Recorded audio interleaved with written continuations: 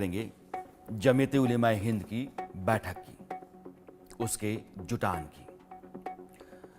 भारत में मुसलमानों के हितों की देखरेख करने का जिम्मा संभालने वाली एक संस्था है जिसे जमीयत उलेमा हिंद कहते हैं।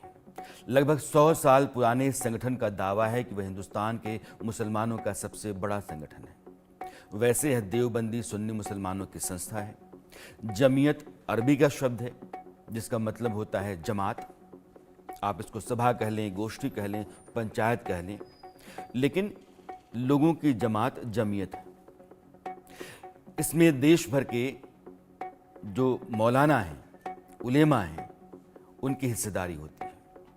इसका एजेंडा मुसलमानों के राजनीतिक, सामाजिक और धार्मिक मुद्दों पर चर्चा करने और उनका ख्याल करने का है।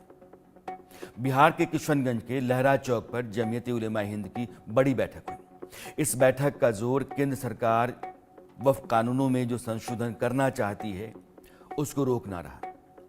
जमीयत के अध्यक्ष मौलाना महमूद असद मदनी की बातों के मायने अगर आप निकालें तो ये कह रहे थे कि नरेंद्र मोदी सरकार सांप्रदायिक एजेंडा चला रही है और उसको इससे बाज आना चाहिए।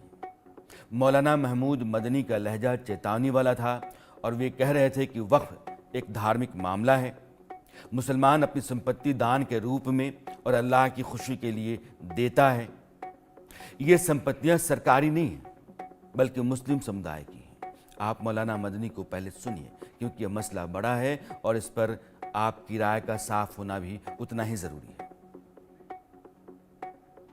उनकी मौजूदा सूरत हाल इंतहाई हसास और फिक्र अंगेज है।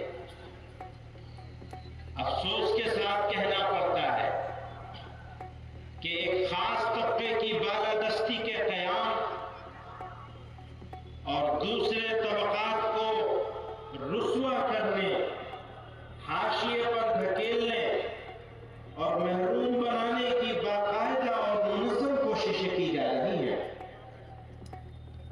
काबिल अफसोस अमर यह है कि इस मकरूह मुहिम को सिर्फ हुकूमती सरपरस्ती ही हासिल नहीं है।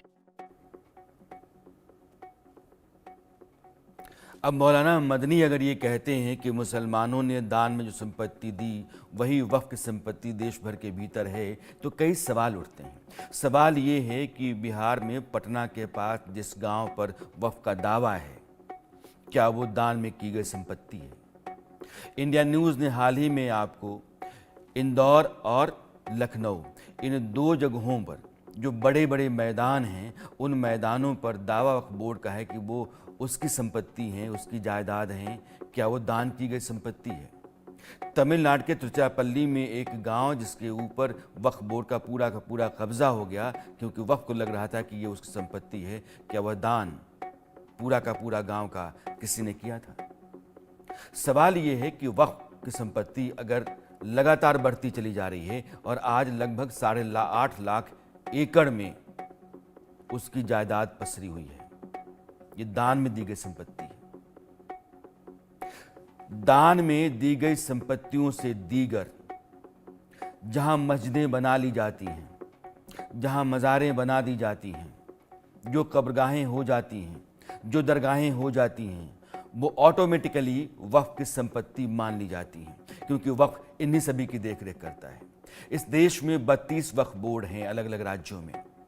एक सेंट्रल कमेटी उनकी होती है, उसमें गवर्नमेंट है जो कोऑर्डिनेट करती है, लेकिन सारा का सारा अधिकार और दावेदारियां वक्फ बोर्ड की होती हैं।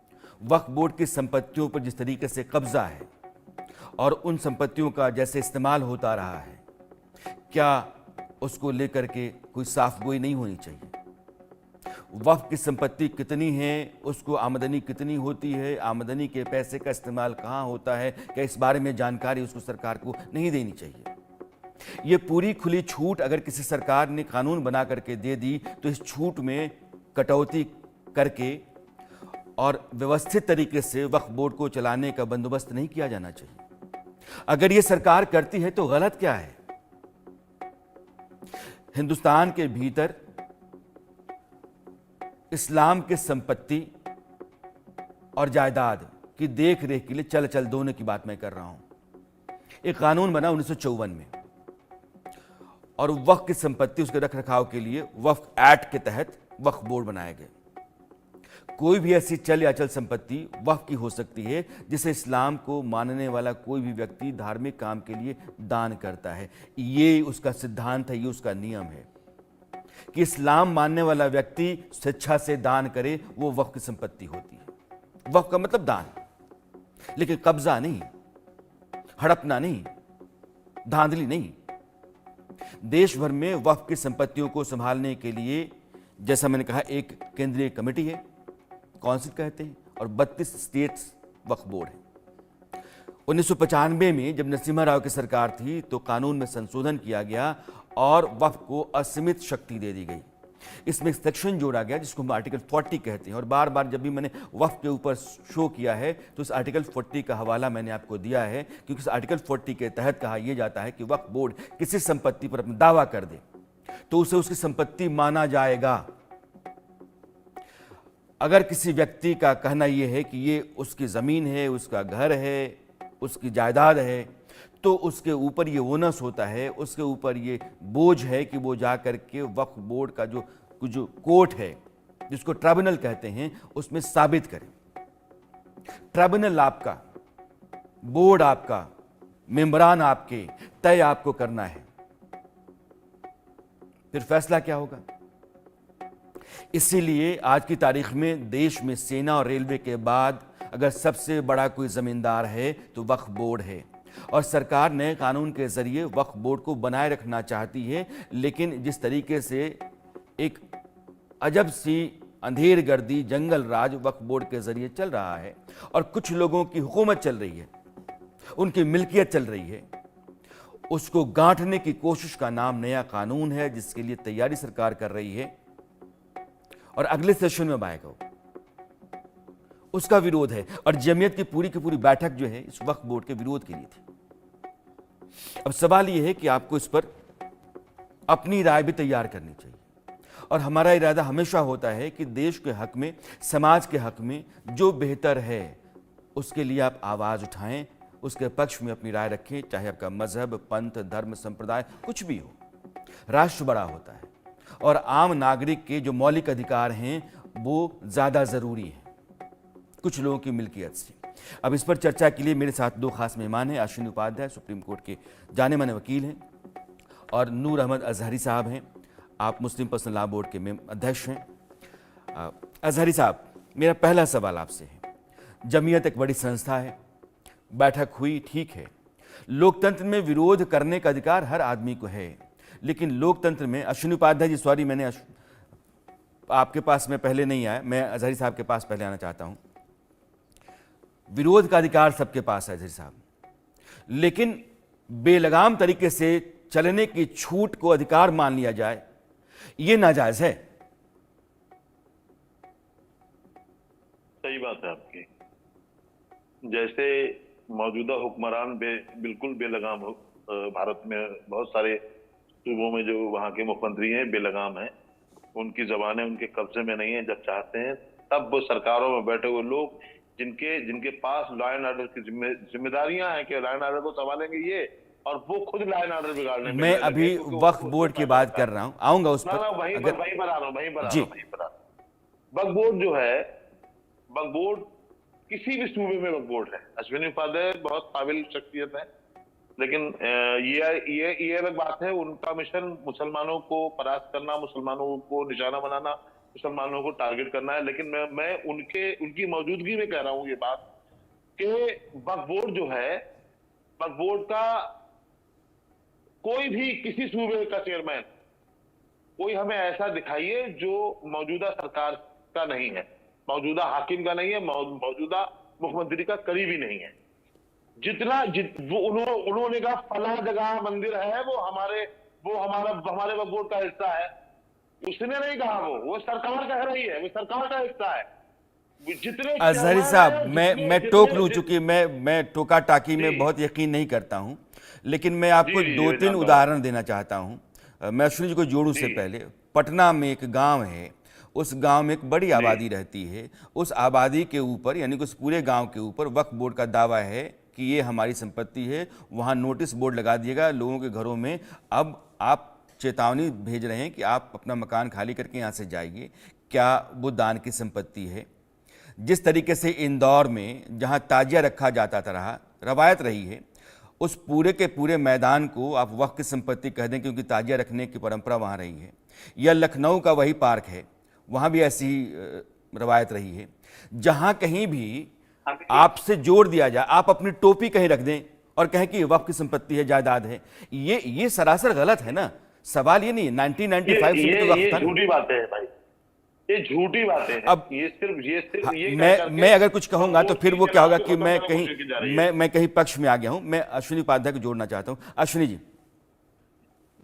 देखिए राणा जी, एक तो हमारे ऊपर हमारे बंधुओं ने आरोप लगाया कि मैं तो मुस्लिम विरोधी हूं, तो मैं बहुत विनम्रता से कहना चाहूंगा, मैंने अपनी मुस्लिम भाइयों और बहनों के पक्ष में 25 से ज्यादा PIL फाइल किया है। हमारी मुस्लिम बेटियां, हम उनको मुस्लिम नहीं कहते, हम आपको मुस्लिम नहीं कहते, आप हमें हिंदू कहते हो। मैं तो ये मानता हूं 7 पीढ़ी पहले हमारे और आपके परदादा किशन लाली थे। आज हमारा नाम अमर हो गया, आपका अकबर हो गया है, किसी का एंथोनी हो गया है, लेकिन 7 पीढ़ी पहले हमारे आपके परदादा किशन लाल हुआ करते थे। अब मैं आता हूं दूसरी बात पे। अरे भैया, हमने अपनी मुस्लिम बेटियों के हित में 3 तलाक को चैलेंज किया, हलाला को कोर्ट में चैलेंज किया, मुता को चैलेंज किया, मिस्यार को चैलेंज किया, तहर्रुस को चैलेंज किया, तलाके हसन को चैलेंज किया हुआ है, तलाके हसन को चैलेंज किया हुआ है, तलाके बाइन को चैलेंज किया हुआ है, तलाके किनाया चैलेंज किया हुआ है। ये काम कायदे से आपको करना था, आप नहीं कर रहे, इसलिए अल्टीमेटली हमें करना पड़ रहा है। और उसके चक्कर में वो कहते नहीं है, हमारे साथ वाले मर्सिडीज पे घूम रहे हैं, मैं वैगनार में घूम रहा हूं। क्यों? क्योंकि मैं फ्री में सारी PIL करता रहता हूं। अब आता हूं इस विषय पे। देखिए, भारत जब 1947 में आजाद हुआ तो पाकिस्तान ने तो कहा हम चलेंगे कुरान से, लेकिन भारत ने कहा हम चलेंगे संविधान से। तो न बाइबल से न कुरान से भारत चलेगा, संविधान से। अब संविधान का मतलब ही होता है समान विधान। इसका मतलब यह होता है कि जो कानून होगा सबके लिए होगा। संविधान में तो वक्फ शब्द कहीं है ही नहीं है। अगर दूसरा अर्थ निकाले, वक्फ मतलब दान होता है, तो कायदे से एक समान दान संहिता बननी चाहिए, समान धर्म से संहिता बननी चाहिए, सबके लिए एक कानून होना चाहिए। ऐसा नहीं हो सकता कि केवल मुस्लिम के लिए वक्फ बोर्ड होगा, वक्फ ट्रिब्यूनल होगा, लेकिन हिंदू के लिए नहीं होगा। सवाल तो फिर ये है कि हिंदू के लिए हिंदू बोर्ड, हिंदू ट्रिब्यूनल क्यों नहीं, जैन के लिए अपना जैन बोर्ड, जैन ट्रिब्यूनल क्यों नहीं, बौद्ध के लिए अपना नहीं। सवाल ये है कि अगर सनातन बोर्ड आपका मान लिया जाए तो आप वक्फ बोर्ड को मान लेंगे? हाँ, हमें अगर सेम अधिकार के साथ जितने अधिकार वक्फ बोर्ड को मिले हैं, जितनी धाराएं मिली हुई हैं, जैसे उनका अपना सर्वेयर है, अपना उनका टाउन प्लानर है, उनका अपना एडवोकेट है, वो सारे अधिकार अगर सनातन बोर्ड को मिल जाए तो हम मान लेंगे। क्यों?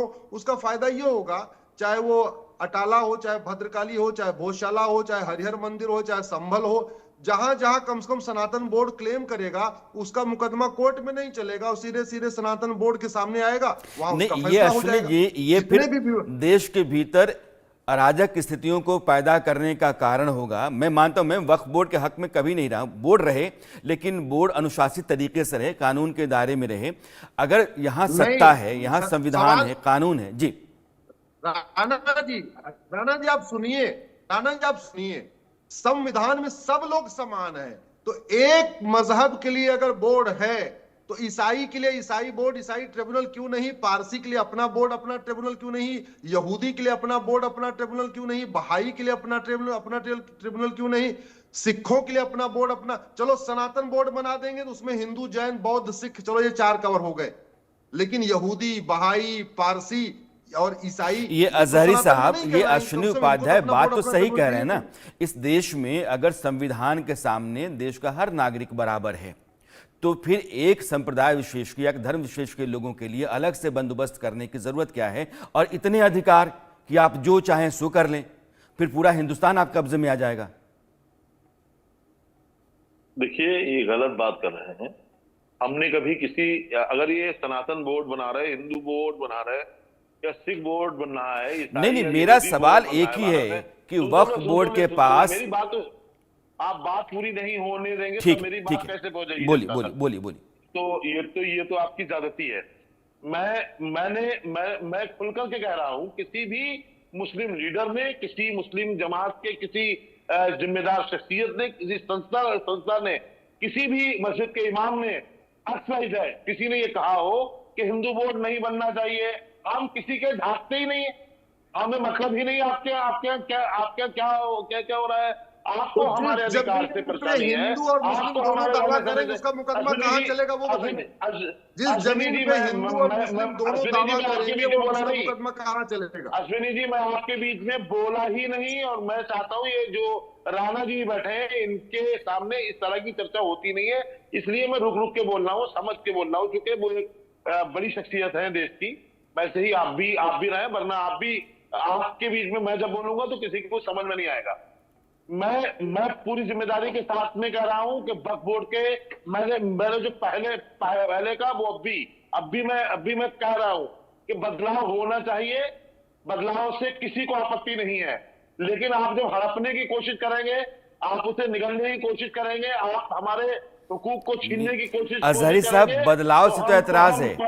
तो हम मैं जरूर आएंगे मैं सामने कभी भी इस आपके। बात विरोध करेंगे इसका। मुझे लगता है कोई भी आदमी इस बात के विरोध में नहीं होगा कि वक्फ बोर्ड रहे अपने सीमित अधिकारों के साथ, ताकि वो अपने धर्म के दायरे में जितनी चीजें आती हैं उसकी रक्षा कर सके। लेकिन इस तरीके से कब्जे का अधिकार दे करके या खुला हाथ दे करके एक छूट दे देना, ये गलत है। मुझे लगता है कि कब्जा कहाँ है आप, ये कब्जा कहाँ है? मैंने आपको ये 3 उदाहरण दिए। मैं हाँ अश्विनी जी, हमारे लोगों ने ये सब दान किया है, हिबा किया है। सुन लीजिए। एक चीज सुनिए, भाई आपके आप भी बनाइए ना। चलो आपको एक बार अब सुन तो लीजिए, एक बार सुन लीजिए। अश्विनी जी सुनिए, 1950 जो भी सरकारों के अंदर कस्टडी में है, हाँ, सुन तो लीजिए। अजहरी साहब सुन लेते हैं आप मुस्लिम पर्सनल लॉ। राणा जी जी हाँ, राणा जी 1950 में वक्फ बोर्ड के पास कुल 50,000 एकड़ जमीन थी। चलो मान लेते हैं कि आजादी के पहले लोगों के पास कागज दिखाने का नहीं था, तो जो 9.5 लाख एकड़ 1950 के बाद बढ़ी है, वो लोग कागज क्यों नहीं दिखाना चाहते? बड़ी सीधी सी बात है, जमीन दान वो करेगा जिसके पास जमीन होगी। ज्यादातर जो मुस्लिम्स हैं वो कन्वर्टेड हिंदू हैं। कौन कन्वर्टेड है? वो दलित हैं, पिछड़े हैं, जो जजिया नहीं दे पाए वो कन्वर्ट हुए। तो जो जजिया नहीं दे पाए, कन्वर्ट हो गए, उनके पास तो जमीन ही नहीं है दान करने की। अब सुन लीजिए, मैंने आपके बीच में टोका नहीं।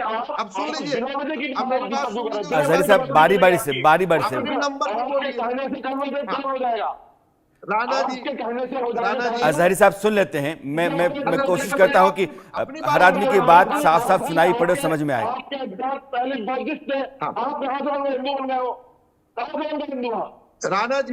राणा जी हाँ बोलिए। जो जजिया नहीं दे पाए वो कन्वर्ट हुए, तो जो इतने गरीब थे कि जजिया नहीं दे पाए, उनके पास इतनी जमीन कहां से आ गई कि उन्होंने वक्फ करना शुरू कर दिया? चलो एक बार अरे सुन तो लीजिए भाई साहब, अपनी पारी में बोलिएगा, मेरी बात कंप्लीट हो जाती है। सुन लीजिए, आप सही बात को जनता तक पहुंचने नहीं देना चाहते। आप सुन तो लीजिए, सुन लीजिए।